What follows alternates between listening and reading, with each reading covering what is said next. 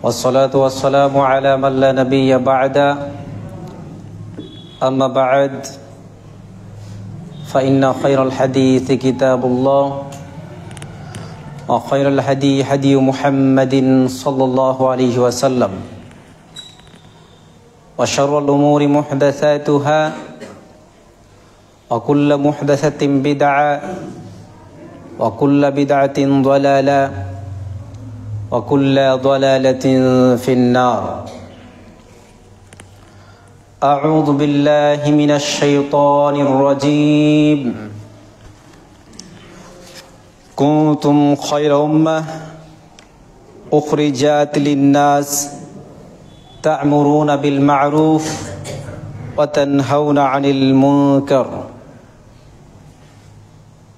وقال الله تعالى في كلامه المجيد أعوذ بالله من الشيطان الرجيم لقد أرسلنا رسولنا بالبينات وأنزلنا معهم الكتاب والميزان ليقوم الناس بالقسط أعوذ بالله من الشيطان الرجيم إن الله لا يغير ما بقوم حتى يغيروا ما بأنفسهم أعوذ بالله من الشيطان الرجيم ما سلككم في شقر قالوا لم نكن من المصلين وعن ابن عباس رضي الله تعالى عنه عن الرسول صلى الله عليه وسلم إن الله تعالى حرم الخمر والميسر والكوبا وعن أبي هريرة رضي الله تعالى عنه قال قال رسول الله صلى الله عليه وسلم من رأى منكم منكرا فليغيره بيده فإن لم يستطع فبلسانه فإن لم يستطع فبقلبه فذلك أضعف الإيمان وقال رسول الله صلى الله عليه وسلم كلكم راع وكلكم مسؤول عن رعيته প্রশংসা আল্লাহ তাআলার জন্য, শান্তি অবতীর্ণ হোক মুহাম্মদ মুস্তাফা সাল্লাল্লাহু আলাইহি ওয়াসাল্লামের উপর। আল্লাহুম্মা সাল্লি আলাইহি আল্লাহুম্মা বারিক আলাইহি। আজ এই পবিত্র জুমার দিনে আপনাদের সামনে খুবই সংক্ষিপ্ত সহকারে গুরুত্বপূর্ণ আলোচনা উপস্থাপন করতে যাচ্ছি। আজকের আলোচনাটি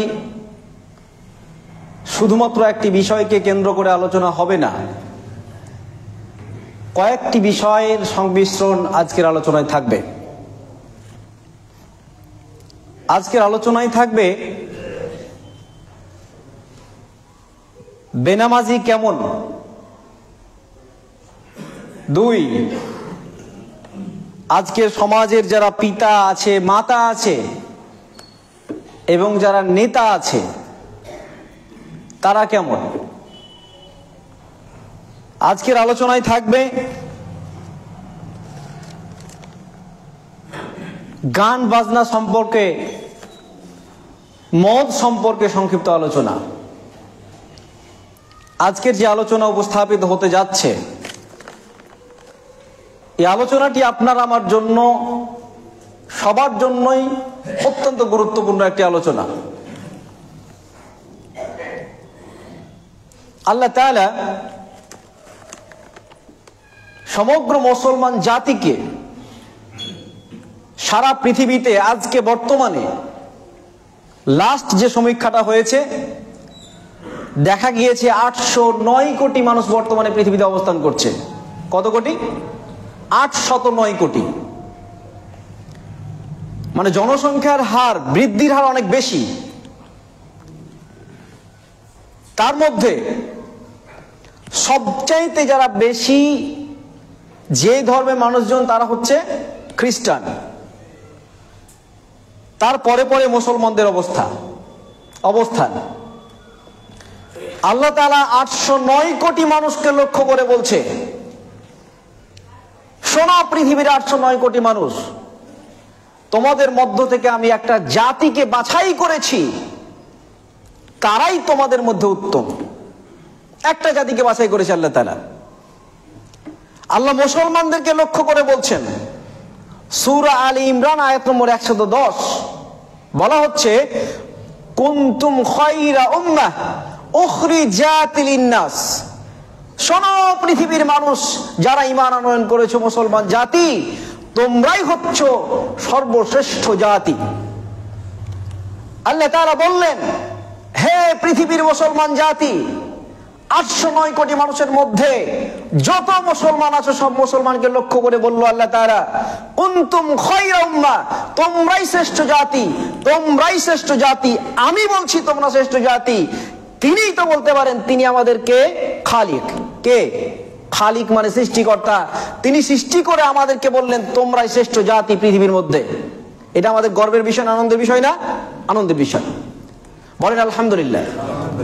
আল্লাহ তাআলা সমগ্র মানব জাতির মধ্য থেকে শুধুমাত্র মুসলমানদেরকে বাছাই করলেন, বললেন তোমরা শ্রেষ্ঠ জাতি। তারপর দুটো কথা বললেন, তা'মুরুনা বিল মা'রুফ ওয়া তানহাউনা আনিল মুনকার। হে শ্রেষ্ঠ জাতি, যাদেরকে আমি লকবটা দিলাম, সনদ দিলাম, সার্টিফাইড করলাম, সার্টিফিকেট দিয়ে, তোমরা শোনো, তোমরা পৃথিবীতে দুইটা কাজ করবে। এক, তা'মুরুনা বিল মা'রুফ ওয়া তানহাউনা আনিল মুনকার। তোমরা মানুষদেরকে ডাকো ভালোর দিকে, এবং মন্দ যখন দেখবে তখন বলবে এটা ছেড়ে দাও। তুমিনুনা বিল্লাহ, এবং আল্লাহ তাআলার প্রতি ঈমান আনয়ন করো। আলহামদুলিল্লাহ, আমরা প্রত্যেকে ঈমানদার না? আমরা ঈমানদার তো? আলহামদুলিল্লাহ। বলেন আশহাদু আল্লা ইলাহা ইল্লাল্লাহু ওয়া আশহাদু আন্না মুহাম্মাদান আবদুহু ওয়া রাসূলুহু। আমরা ঈমান আনয়ন করেছি সে আল্লাহ তাআলার, যিনি এক এবং অদ্বিতীয়, এবং মুহাম্মদ সাল্লাল্লাহু আলাইহি ওয়াসাল্লাম তার প্রেরিত বান্দা এবং রাসূল, যাকে আদর্শ হিসেবে আমরা মেনে নিয়েছি মুসলমানরা। একটা সময় আসবে এই পৃথিবীতে, বর্তমান সময়, এখনো বর্তমানে আপনি সমীক্ষাটা দেখেন, ভালো করে দেখবেন সার্চ করে, সবচাইতে আদর্শবান ব্যক্তি কে পৃথিবীর মধ্যে? কে? মুহাম্মদ সাল্লাল্লাহু আলাইহি ওয়াসাল্লাম। আল্লাহ তাআলা এই কথাটাই বলেছেন সূরা আহজাব আয়াত নম্বর 21 এর মধ্যে, লাকাদ কানা লাকুম ফি রাসূলিল্লাহি উসওয়াতুন হাসানাহ। মুহাম্মদ সাল্লাল্লাহু আলাইহি ওয়াসাল্লাম তোমাদের সবার জন্য কি একটা নমুনা, আদর্শ। তাকে যদি কেউ মেনে নেয় তাহলে পৃথিবীর মধ্যে সেই ব্যক্তি সর্বশ্রেষ্ঠ এবং সর্বোত্তম আদর্শের অধিকারী হবে। ঠিক না বেঠিক? এটা ঠিক। আর আজকে আমরা কি করছি? গত 31শে ডিসেম্বর যেই জাতিকে বলা হলো তুমি শ্রেষ্ঠ জাতি, সেই 31শে ডিসেম্বর সেই জাতি রাত্রি 12টার সময় এত পটকার আওয়াজ, এত আতশবাজির আওয়াজ, আকাশ এত চকমক চকমক করছে, মনে হচ্ছে আকাশ ভেঙে পড়বে। এদের আওয়াজ এত বেশি, এই আওয়াজ শুনে পাখিগুলো টিকতে পারছে না, কুকুরগুলো টিকতে পারছে না, কোনো পশু পাখি ঠিকঠাক থাকতে পারছে না। এদের আওয়াজের কারণে, এদের চিৎকারের কারণে, এদের আতশবাজির কারণে হাজার হাজার লক্ষ লক্ষ পাখি, নিরীহ পাখিগুলো মারা যাচ্ছে, বাসায় টিকতে পারছে না, রাস্তায় পড়ে থাকছে। হাজার হাজার বাড়িতে আগুন ধরে যাচ্ছে এদের পটকা আতশবাজির কারণে। এই মুসলমান জাতি আজকে সে আতশবাজিকে উঠছে। 31শে ডিসেম্বর রাত্রি 12টার সময় বিশাল আতশবাজি করছে। আমি ছাদে গিয়ে দেখেছি যে এই আপনার এই মোহাম্মদপুরের মধ্যে পটকাবাজি চলেছে, এটা দেখেছি আমি। কুনতুম খায়রা উম্মাহ উখরিজাত লিন-নাস, তোমরাই শ্রেষ্ঠ জাতি, তোমরাই শ্রেষ্ঠ জাতি। উখরিজাত লিন-নাস, তোমাদের মানুষের কল্যাণের জন্য আনা হয়েছে। আর তোমাদেরকে মানুষের কল্যাণের জন্য আনা হওয়ার পরে তুমি আজকে এমন একটা কাজ করলে যেই কারণে হাজার হাজার লক্ষ লক্ষ প্রাণী মারা গেল। তোমার লজ্জা হয় না? তোমার শরম হয় না? তোমার ঘৃণা হয় না? কত হার্টের পেশেন্ট মারা যাচ্ছে তুমি দেখছো। গত 2021 সালের 31শে ডিসেম্বর বাংলাদেশের মধ্যে সম্ভবত জুনায়েদ বাচ্চাটার নাম, এই বাচ্চাটা হার্টের পেশেন্ট ছিল। 31শে ডিসেম্বর পটকার আওয়াজের কারণে এতটা অসুস্থ হয়ে যায়, 1 জানুয়ারি 2022 হাসপাতালে ভর্তি করা হয়। সেই বাচ্চাটা 2 জানুয়ারি হাসপাতালে মারা যায়। চিন্তা করেছেন কতটা নির্লজ্জ, কতটা জঘন্য, কতটা ঘৃণিত, কতটা লজ্জাজনক কাজ এটা করেছে মুসলমান জাতি, চিন্তা করেছেন? ছি ছি ছি, তারপরেও নাকি এরা উত্তম জাতি। 31শে ডিসেম্বর তোমার পটকার আওয়াজের কারণে হার্টের পেশেন্ট টিকতে পারে না। 31শে ডিসেম্বর তোমার আতশবাজির কারণে পাখিগুলো টিকতে পারে না। 31শে ডিসেম্বর তোমার পটকাবাজির কারণে লক্ষ লক্ষ, ভালো করে দেখেন, ভারতবর্ষে প্রতি 31শে ডিসেম্বর 100টা বাড়ি পুড়ে যায়। তোমার কারণে, তোমার পটকাবাজির কারণে 100টা বাড়ি পুড়ে ভারতবর্ষের মধ্যে। বাংলাদেশে 50টা বাড়ি পুড়ে, পাকিস্তানে 50টা বাড়ি পুড়ে, হাজার হাজার বাড়ি সেই দিনকে শুধুমাত্র পড়ে যায় তোমার পটকা আতশবাজির আগুনের ফুলকির কারণে। তোমার লজ্জা হয় না? তুমি আবার নিজেকে উত্তম জাতি ভাবো কিভাবে? ছি ছি ছি ছি ছি ছি ছি, তারপরে তুমি নিজেকে উত্তম জাতি মনে করো, মুসলমান মনে করো। অত সোজা তোমাকে মানুষের কল্যাণের জন্য আনা হলো, তোমার কারণে একটা হার্টের পেশেন্ট মারা গেল কেন? হাজার হাজার বাড়ি পুড়ছে কেন? ওই নিরীহ পাখিগুলো কি করেছিল? এমনি তো পাখিগুলো বেঁচে থাকছে না, তারপরে তোমার আতশবাজি করে শেষ হয়ে যাচ্ছে না? 1 জানুয়ারি তুমি ঘটা করে বক্স ভাড়া করে পার্কে গিয়ে নাচানাচি করছো, গোটা এলাকাকে জানাতে যাচ্ছ, ডিজে বক্স আতশবাজি তো 31শে ডিসেম্বর 1 জানুয়ারি কি হলো? পিকনিক করা শুরু করলো। বড় বড় গাড়িকে বড় বড় বক্স সাজিয়ে নিয়ে দুমদাম করতে করতে চলে যাচ্ছে। আর এরাও নাকি মানুষ? এদের আওয়াজ আজকে আমার মোহাম্মদপুরে, যে এলাকার আমি ইমাম, যে এলাকাতে খুতবা দিচ্ছি, এই এলাকার মধ্যে আজকেও এই জুমার দিনে এই পশুগুলো চলে গেছে আজকে ডিজে বক্স নিয়ে। এটাকে পশু বলবো নাকি মানুষ বলবো? আমি এটাকে মানুষ বলবো? মনুষ্যত্ব আছে, চামড়া আছে গায়ে, শরীরের মধ্যে রক্ত বলতে কিছুই নাই, সব পুঁজ ভরা আছে এদের শরীরের মধ্যে। আজকে শুক্রবার, পবিত্র জুম্মাবার, আবার দেখবেন স্ট্যাটাসে লেখা আছে পবিত্র জুম্মা মুবারকের শুভেচ্ছা। এদেরকে ধরে লাঠি দিয়ে পিটিয়ে সাইজ করে তো গায়ের বিষ মরবেন এদেরকে। ছি ছি ছি, এর চেয়ে লজ্জাজনক কিছু হতে পারে? ডিজে বক্স এত জোরে বাজছে, মসজিদের মাটি পর্যন্ত কাঁপছে, মেঝে কাঁপছে, ছাদ কাঁপছে, টিকতে পারা যাচ্ছে না। আজকে ডিজে বক্স নিয়ে যাচ্ছে, ওরা আজকে পিকনিক করছে, আবার বলছে আমরা মুসলমান। আমি তো মনে করি মুসলমান তো অনেক দূরের কথা, তুমি মানুষ কোনো, তুমি পশু। পশু বললে সম্মানজনক বিষয় বলা হয়।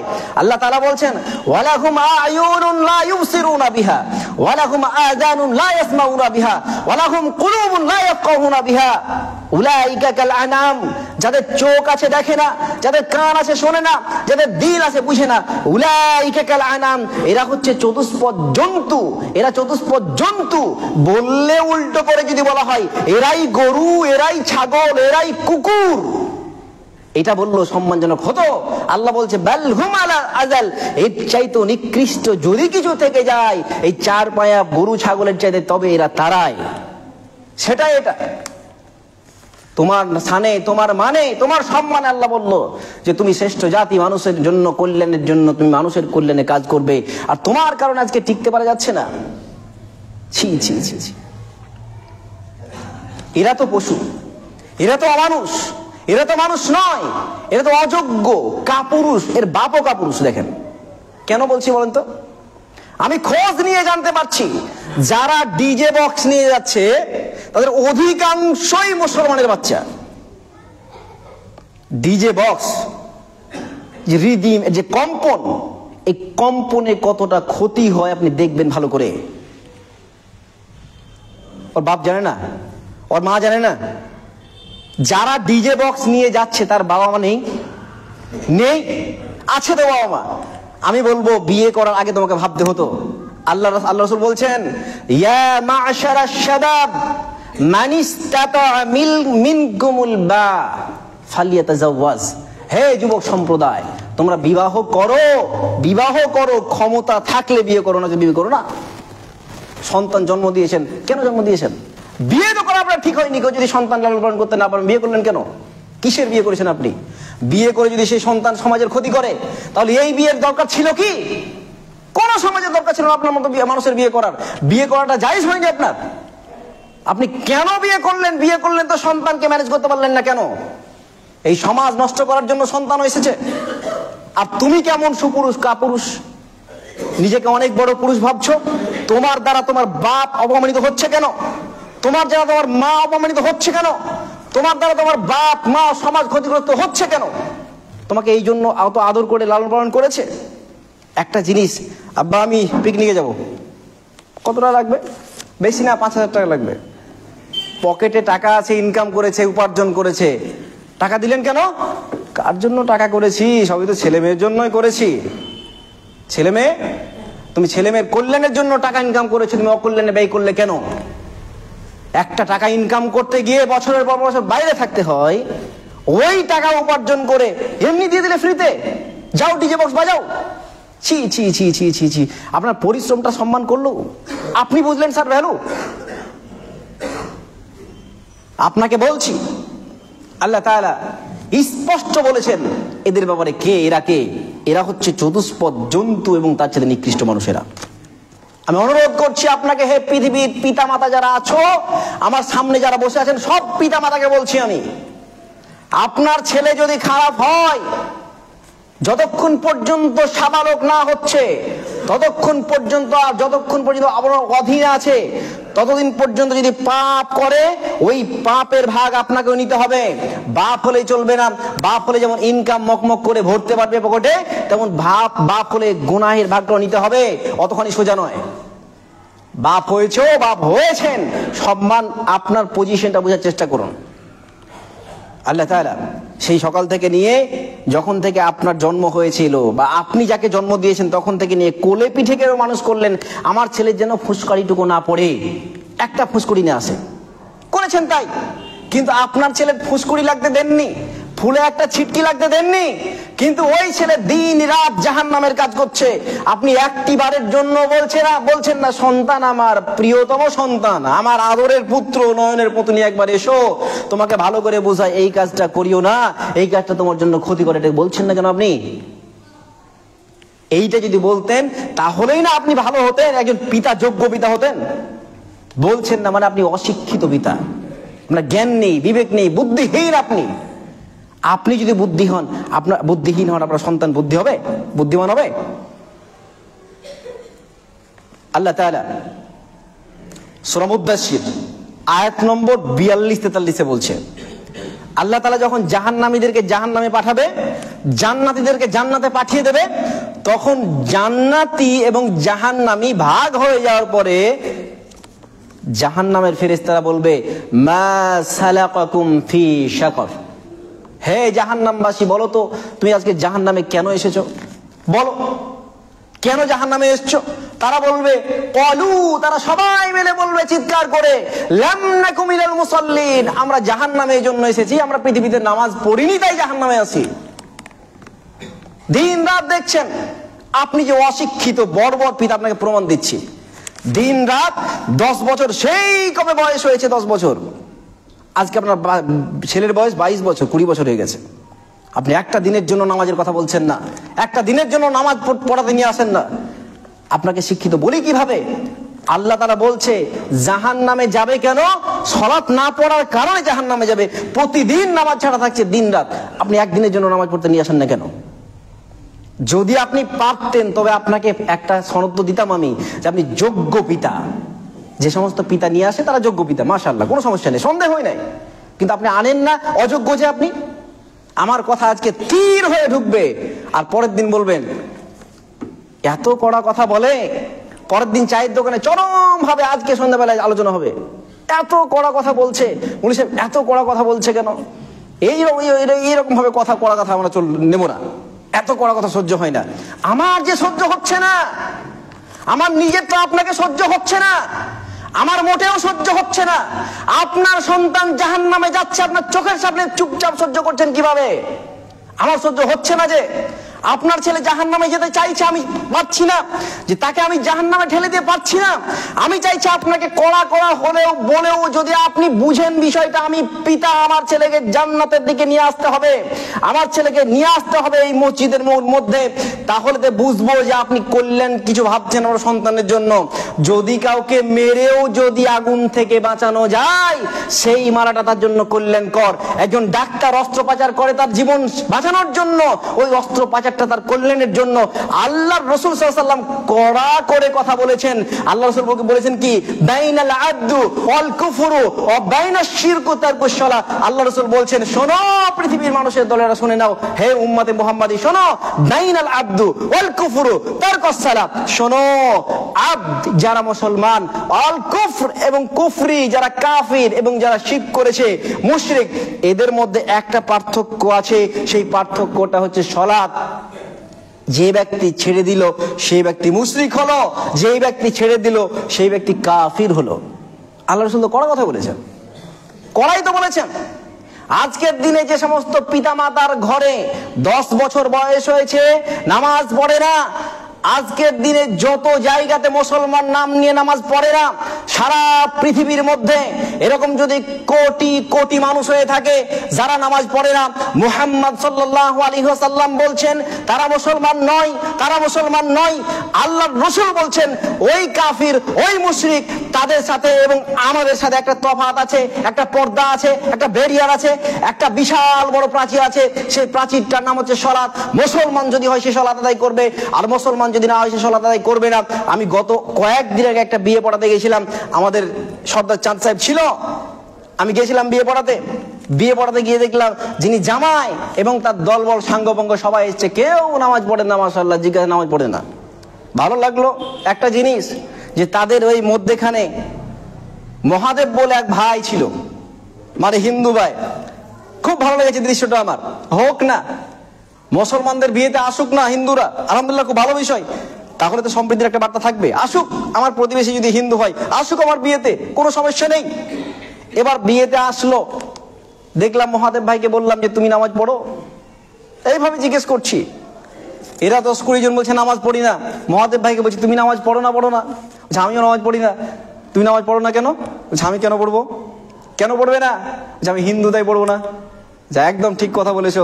এই কথা কতদিন বোঝালাম আমি, যারা হিন্দু তারা নামাজ পড়বে না, যারা খ্রিস্টান তারা নামাজ পড়বে না, যারা ইহুদি তারা নামাজ পড়বে না। শতদিন আপনাকে বুঝিয়েছি, বলেছি আমি, ওরা হিন্দু নামাজ পড়বে না, এটা তার সম্মান, গর্বের।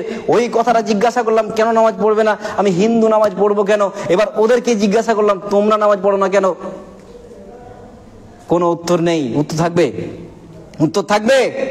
আরে ভাই, এটাই তো বুঝিয়েছে আল্লাহ রাসূল। সেই দিন বলেছেন, 1400 বছর আগে বলেছে, শোনো, বাইনাল আদ ওয়াল কুফর ওয়াশ শিরক তারকুস সালাত, শোনো, তারা যারা কাফির, তারা যারা মুশরিক এবং আমরা যারা মুসলমান, এর মধ্যে একটা তফাৎ আছে। তফাৎটার নাম কি বলেন তো? কি বললাম তফাৎটার নাম?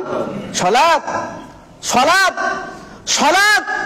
এই সালাত একটাই পার্থক্য, পৃথিবীর কোনো আমল নেই যে আমল দ্বারা বোঝা যায় ও মুসলমান, বোঝা যায় মুসলমান। এটা দিয়ে বুঝে যায় মুসলমান কিনা। সম্মানিত প্রিয় ভাতৃমণ্ডলী, আমার বলতে চাইছি, আপনি যদি সত্যি সত্যি একজন যোগ্যতম পিতা হন, যোগ্যতম মাতা হন, যোগ্যতম ব্যক্তি হন, শিক্ষিত ব্যক্তি হন, তাহলে শিক্ষিত হলে, যোগ্য পিতা হলে, যোগ্য মাতা হলে, নিজেকে মুসলমান মনে করলে, আজকের এই জুমার পর থেকে আসর যখন আসছে, এই আসরে আপনাকে সালাত আদায়ের জন্য আসতে হবে। এটা চূড়ান্ত। যদি না আসেন, হজ করলে মুসলমান হবে না, সিয়াম রাখলে মুসলমান হবে না, এই হবেই না কিছু। মুসলমান তারা কেটে গেছে নামটা এর। সম্মানিত প্রিয় ভাই, আমি আপনাকে যে কোনো মূল্যে, যে কোনো কথার দ্বারা, যে কোনো আচরণের মাধ্যমে আপনাকে আমি চাইছি এই মসজিদমুখী করতে চাইছি।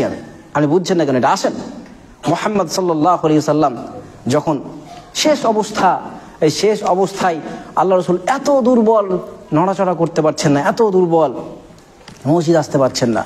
হাদিস অনেকবার বলেছি আপনাকে। মুহাম্মদ সাল্লাল্লাহু আলাইহি ওয়াসাল্লাম বলেন, সাল্লাল্লাহু আলাইহি ওয়াসাল্লাম, মুহাম্মদ সাল্লাল্লাহু আলাইহি ওয়াসাল্লাম একেবারে শেষ অবস্থা, শেষের দিকে একবারে জামাতের জন্য অপেক্ষা করছে।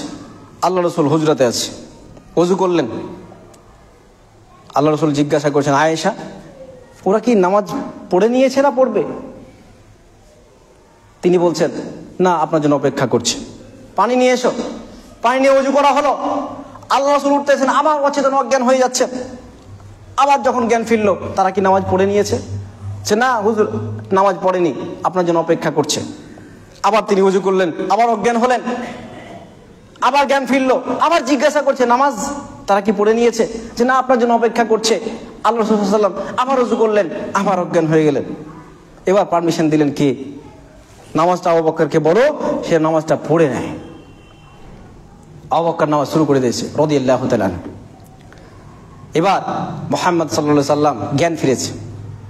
দুইজন সাহাবার ঘাড়ে এইভাবে ভর দিয়ে আল্লাহ রাসূল মসজিদের মধ্যে গেলেন নামাজ পড়তে।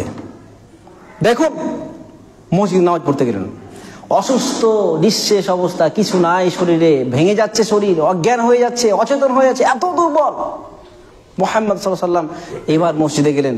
আপনি চিন্তা করেছেন, আপনি কি চিন্তা করেছেন যে মুহাম্মদ সাল্লাল্লাহু আলাইহি সাল্লাম নামাজটাকে কোন পর্যায়ে দিয়ে নিয়ে গেছেন? যে ব্যক্তি মুমিন দাবি করবে, ইমানের পরে এখন যদি কেউ ইমানদার দাবি করে অমুসলিম, তাকে এখন জোহরে নামাজ আদায় করতে হবে, নয় মুসলমান থাকবে না। উমর রাদিয়াল্লাহু তাআলা আনহু তিনি নামাজ পড়ছেন ফজরে, পেছনে শত্রুপক্ষ দাঁড়িয়ে আছে, শত্রু দাঁড়িয়ে আছে। হযরত উমর সিজদায় গিয়েছেন, আর এই লোক অভদ্র ধূর্ত এখান থেকে এসে পেটের এপাশ আশেপাশ করে যে ছোড়াগুলো থাকে না আপনার, ভুজালি যেটাকে বলে, আঙুলের সাথে যেগুলো সেট থাকে, সেট, এই টাইপের ভুজালি নিয়ে হযরত উমর রাদিয়াল্লাহু তাআলা আনহু এখান থেকে নিয়ে একবারে এপাশ ফেলে দিলেন, একবার এদিকে এদিকে চারিদিকে ঘুরিয়ে দিলেন। সুবহানাল্লাহ। হযরত উমর রাদিয়াল্লাহু আনহু সিজদায় পড়ে আছে, তার পেট কেটে দিয়েছে, নাড়ি ভুঁড়ি বেরিয়ে গিয়েছে, রক্ত গঙ্গা বয়ে যাচ্ছে। হযরত উমর রাদিয়াল্লাহু তাআলা আনহু তিনি চিৎকার করে বলছেন, আমাকে বাঁচাও, আমাকে কে যেন খুন করে ফেলেছে। হযরত উমর রাদিয়াল্লাহু তাআলা আনহু এই চিৎকার শুনে তখনও অনেকেই নামাজ পড়ছে, নামাজ ছেড়ে দেয়নি, এদিকে নামাজ পড়ছে, এদিকে নামাজ পড়ছে, জামাত চলছে, উমর রাদিয়াল্লাহু তাআলা ইমাম দাঁড়িয়ে আছে, আর হযরত উমর ইমামতি করছে, তার পেট ছিঁড়ে দিয়েছে, নাড়ি ভুঁড়ি বেরিয়ে গিয়েছে। তাকে যখন তুললো, কয়েকজন সাহাবী পেছন দিয়ে ছুটতে শুরু করলো, কে ওকে ধর, যে মেরেছে তাকে ধর। তাকে ধরা হলো, যারা ধরতে গিয়েছে তাদেরকেও ক্ষতবিক্ষত করা হলো, কয়েকজন আহত হয়ে গেল, এবং শেষ পর্যন্ত ওই যে লোকটা বদমাস খুনি, সে নিজে আত্মহত্যা করলো। আত্মহত্যা করলো। ও হযরত উমর রাদিয়াল্লাহু তাআলা আনহুকে তোলা হলো, তিনি এবার বসানো হলো কোন একটা জায়গাতে বেঁধে টেঁধে, দুর্বল হয়ে গেছে। 3 দিন তিনি বেঁচেছিলেন অবস্থাতেও, আলহামদুলিল্লাহ। তিনাকে যখন দুধ দেওয়া হচ্ছে, এখান দিয়ে দুধ দেওয়া হচ্ছে, দুধ দেওয়া হচ্ছে তো নাড়ি দিয়ে বের হয়ে যাচ্ছে, কিছু থাকছে না খাবার, কোনো খাবার নেই। একটু কথা বলার জন্য বলছি আমি, হযরত উমরকে যে বসানো হলো, তাকে যে দুধ দেওয়া হচ্ছে, তার যে পরিচর্যা করা হচ্ছে, ওই মুহূর্তে জিজ্ঞাসা করছেন, লোকেদের কি নামাজ পড়া হয়েছে না হয়নি? লোকেদের কি নামাজ পড়া হয়েছে না হয়নি? উমর রাদিয়াল্লাহু তাআলা মৃত্যু শয্যায়, নাড়ি ভুঁড়ি বেরিয়ে গিয়েছে, জীবন শেষ হয়ে যাচ্ছে। ওই মুহূর্তে যেই লোকটা নামাজের কথা জিজ্ঞাসা করতে পারে, আপনি চিন্তা করে দেখুন তো, ওই মুহূর্তে নামাজের কথা মাথায় আসা উচিত, আসে মানুষের? তিনি কেন জিজ্ঞাসা করছেন? মুহাম্মদ সাল্লাল্লাহু আলাইহি ওয়াসাল্লাম অজ্ঞান হয়ে যাচ্ছেন, অজ্ঞান হওয়ার প্রথম প্রশ্ন জিজ্ঞাসা করছেন, ও কি নামাজ পড়ে নিয়েছে? আপনি চিন্তা করছেন না নামাজ কত গুরুত্বপূর্ণ? নামাজ সবচাইতে গুরুত্বপূর্ণ ইবাদত। এখনো যারা নামাজ না পড়ে বসে আছেন, আমি করজোরে আপনার পা ধরে বলছি, পা ধরে, আমি যেমন খুব কড়া করে বললাম, খুব নরম করে বলছি আপনাকে, আপনার পা ধরে বলছি আমি, যদি মুসলমানের সন্তান হন, যদি মুসলমানের বাচ্চা হন, তাহলে আজকের পর থেকে নামাজ ছেড়ে দেবেন না, ইনশাআল্লাহ। ইনশাআল্লাহ। আপনার জন্য এটুকুই বার্তা আমার, আপনি নামাজ পড়ুন, যে কোনো মূল্যে নামাজ পড়ুন। আল্লাহ রাসূল সাল্লাল্লাহু আলাইহি ওয়াসাল্লাম এই পিতা, এই মাতা এবং সন্তান সবাইকে লক্ষ্য করে বলছেন, কুল্লুকুম রাঈন ওয়া কুল্লুকুম মাসউলুন আন রাঈয়াতিহি, তোমাদের মধ্যে প্রত্যেকে দায়িত্বশীল, সবাই দায়িত্বশীল, সন্তানও দায়িত্বশীল, বাড়ির প্রতিনিধি যে বাবা আছে সেও দায়িত্বশীল, সবাই দায়িত্বশীল, প্রত্যেককে তার দায়িত্ব সম্পর্কে জিজ্ঞাসা করা হবে। আপনি পিতা হয়েছেন, আপনার অধীনে যতগুলো ছেলে আছে, এই ছেলেগুলো কোথায় কিভাবে কাটিয়েছে, এই ছেলেগুলো পরিচর্যা পেয়েছে কি পায়নি, উপযুক্ত শিক্ষা পেয়েছে কি পায়নি, সব পুঙ্খানুপুঙ্খ জিজ্ঞাসা করা হবে। আল্লাহর রসুল বলছেন জিজ্ঞাসা করা হবে মানে হবে, এটা চূড়ান্ত। বাঁচবেন, বাঁচবেন, বলবেন আমার ছেলে কথা শুনে নাই, আমি আর কি করব। আপনার ছেলে সব কথা শুনে, আপনার এই কথাটাই শুনে না। আপনি নিজেকে অযোগ্য ভাবিয়েন না, নিজেকে ক্ষমতাহীন ভাবিয়েন না, নিজেকে একেবারে অপদার্থ ভাবিয়েন না। আপনি তো ভালো মানুষ, যোগ্য মানুষ, খুবই সুন্দর মানুষ। আপনার দ্বারা সমাজ পরিবর্তন হবে, নিশ্চিত হবে। আপনি শুধু নিজে পরিবর্তন হন, আপনি শুধু নিজের পরিবারকে পরিবর্তন করেন, দেখবেন সমাজ পরিবর্তন হয়ে গেছে।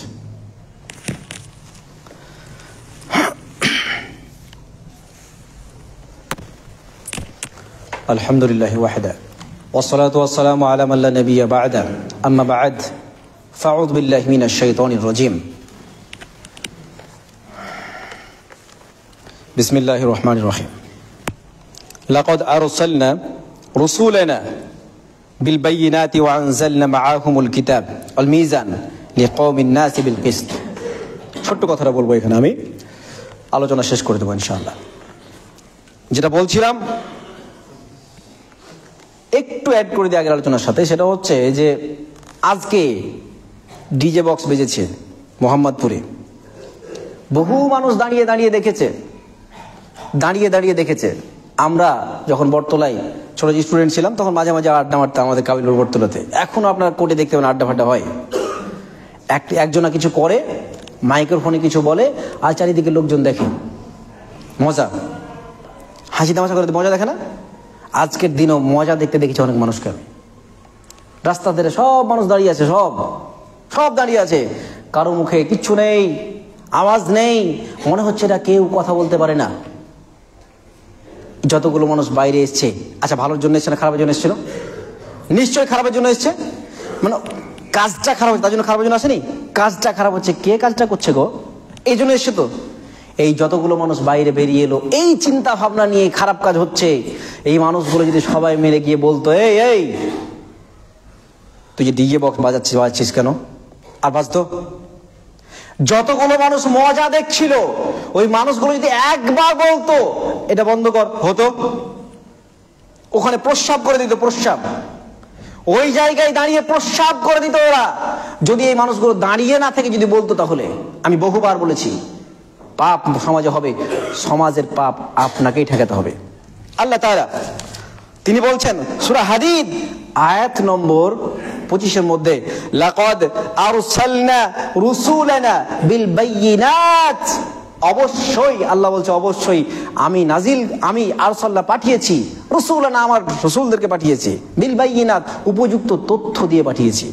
তারপর বলছেন মাআহুমুল কিতাব, এবং তার সাথে একটা কিতাবও পাঠিয়েছি, অল মিজান, একটা মানদণ্ড পাঠিয়েছি। মানদণ্ড কি করতে? লিকৌমিন নাসু বিল কিসত, মানুষের মধ্যে ইনসাফ কায়েম করতে পাঠিয়েছি। ইনসাফ, এখানে ইসলাম কেন এসেছে এই ব্যাখ্যাটা দেওয়া হয়েছে, এই স্পষ্ট।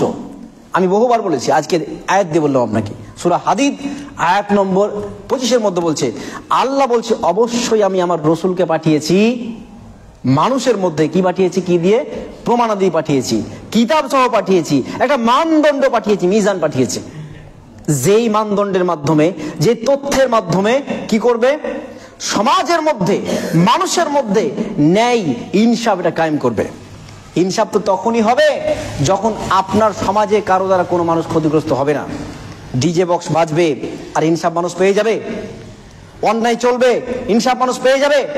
কোনোদিন হতে পারে না। যেই দিন ওই পাখিগুলো মারা যাবে না ডিজে বক্সের আওয়াজে, আতশবাজির আওয়াজে, যেই দিন কোনো মানুষ হার্টের পেশেন্ট মারা যাবে না ডিজে বক্সের আওয়াজে, যেই দিন কোনো মানুষের দ্বারা নির্যাতিত হয়ে খুন হবে না, সেই দিনই তো ইনসাফ হবে। আমরা ইনসাফ পৃথিবীতে কায়েম করতে এসেছি। আমরা এসেছি। আল্লাহ বলছেন কুনতুম খায়রা উম্মাহ উখরিজাত লিন্নাস, তোমরা শ্রেষ্ঠ জাতি সারা পৃথিবীতে ইনসাফ কেউ কায়েম করতে পারে না। সম্মানিত প্রিয় ভাই, আমরা আজকের পর থেকে 3টা কাজ করব। 1, যদি কোনোদিন সমাজে এরকম কেউ অপকর্ম করে তাদেরকে আমরা হাত দ্বারা না পারলেও মুখ দ্বারা বলবো এই এটা বন্ধ কর, বলবো ইনশাআল্লাহ? ইনশাআল্লাহ বলেন জোরে করে। 2, আমরা প্রত্যেকেই নামাজ পড়বো ইনশাআল্লাহ, ইনশাআল্লাহ, এবং বাড়িতে প্রত্যেককেই বলবো চলো নামাজ পড়তে ইনশাআল্লাহ। আল্লাহ আমাদের সবাইকে সেই তৌফিক দান করুন, আমিন। আল্লাহুম্মা সাল্লি আলা মুহাম্মাদিন ওয়া আলা আলি মুহাম্মাদ কামা সাল্লাইতা আলা ইব্রাহিম ওয়া আলা আলি ইব্রাহিম হামিদুম মাজিদ। আল্লাহুম্মা বারিক আলা মুহাম্মাদিন ওয়া আলা আলি মুহাম্মাদ কামা বারাকতা আলা ইব্রাহিম ওয়া আলা আলি ইব্রাহিম ইন্নাকা হামিদুম মাজিদ। রব্বানা যালামনা আনফুসানা ওয়া ইল্লাম তাগফির লানা ওয়া তারহামনা লানাকুনান্না মিনাল খাসিরিন। রব্বানা তাকাব্বাল মিন্না ইন্নাকা আনতাস সামিউল আলিম। আলহামদুলিল্লাহি রাব্বিল আলামিন।